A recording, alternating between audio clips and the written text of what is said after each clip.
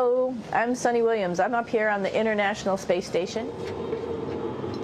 So this is Node 2. This is a really cool module.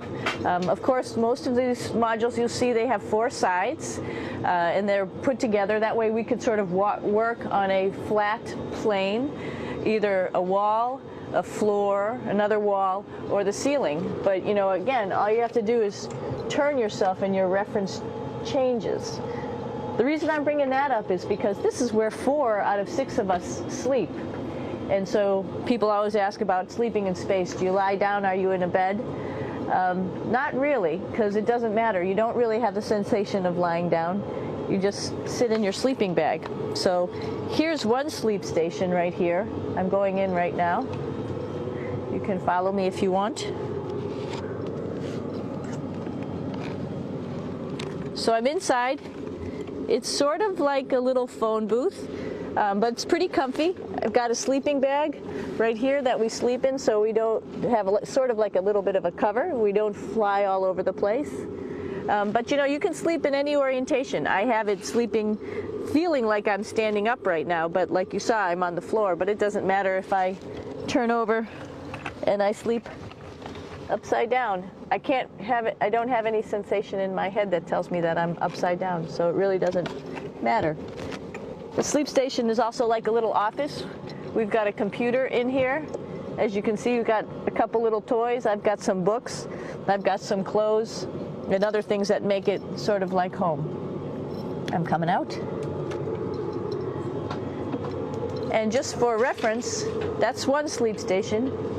This one's another. Right here. There's one on the ceiling, if you want to call it. Right here. And then there's a 4th on the other wall over here. So all of us sleep in a little bit of a circle.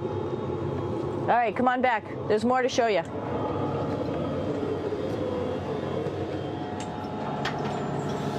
I know that there's some questions about how to use the bathroom and how do you actually live in space like normal, like at home. I mentioned real quickly about getting up in the morning and brushing your teeth and washing your face. Well, how do you do that? Well, here is the bathroom essentially. You get up in the morning and we have a little kit and it has all the essential things that you need, like your toothbrush and toothpaste and brush. See how much better the brush makes my hair look? I'm just joking. It still stands up straight. It doesn't matter where you are. It's always going to stand up straight while you're up in space.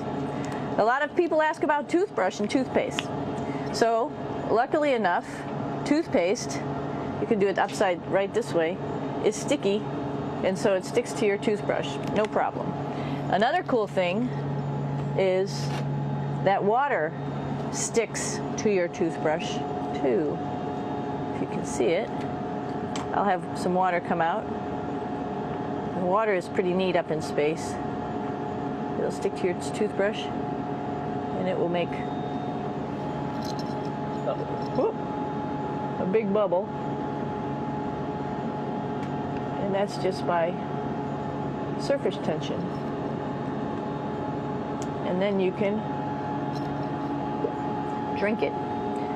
So a lot of people ask about what do you do with the toothpaste after you brush your teeth.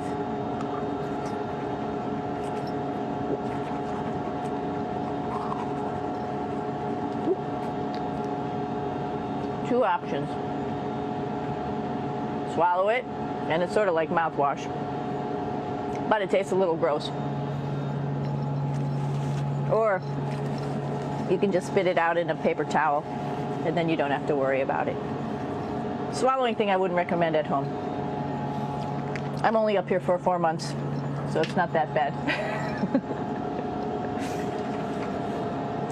One of the most pressing questions about living in space, of course, is the bathroom. So let's take a look at that little piece of work. Come on in.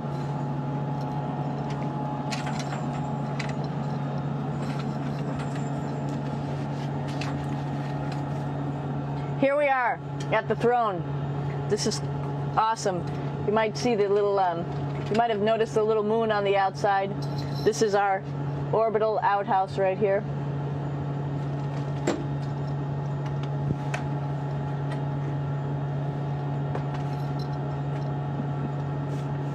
And of course, it serves for two functions. Number 2, right here. I'll show you. But you see it's pretty small, so you have to have pretty good aim, and you be ready to make sure things get let go the right direction. And it smells a little bit, so I'm closing it up. And that's of course for number 2. And this guy right here is for number 1. So they're sort of two slightly separate functions, but you can do a little, essentially both, by hanging on right here and doing number 1 and number 2. I might add it's color coded, so you really don't get it mixed up, which is nice. This is yellows for number 1. And also there's a selection of paper. People always ask about toilet paper. What do you do with toilet paper? What kind of toilet paper do you have? We have gloves, just because sometimes it does get messy.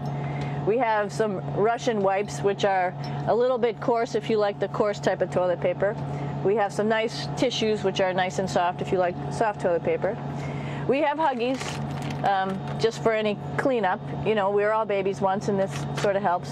And then if things get really out of control, we have disinfectant wipes, just to make sure we clean up here. Because, you know, just like the water I showed you, the number 1 stuff can sort of go all over the place if you don't aim correctly. And did I mention both of these have a little bit of suction, so they should keep things going in the right direction. But like I said, sometimes things get a little out of control if you are out of control yourself flying around. So we have lots of protective stuff. And of course, you do have your privacy. Here's a little door.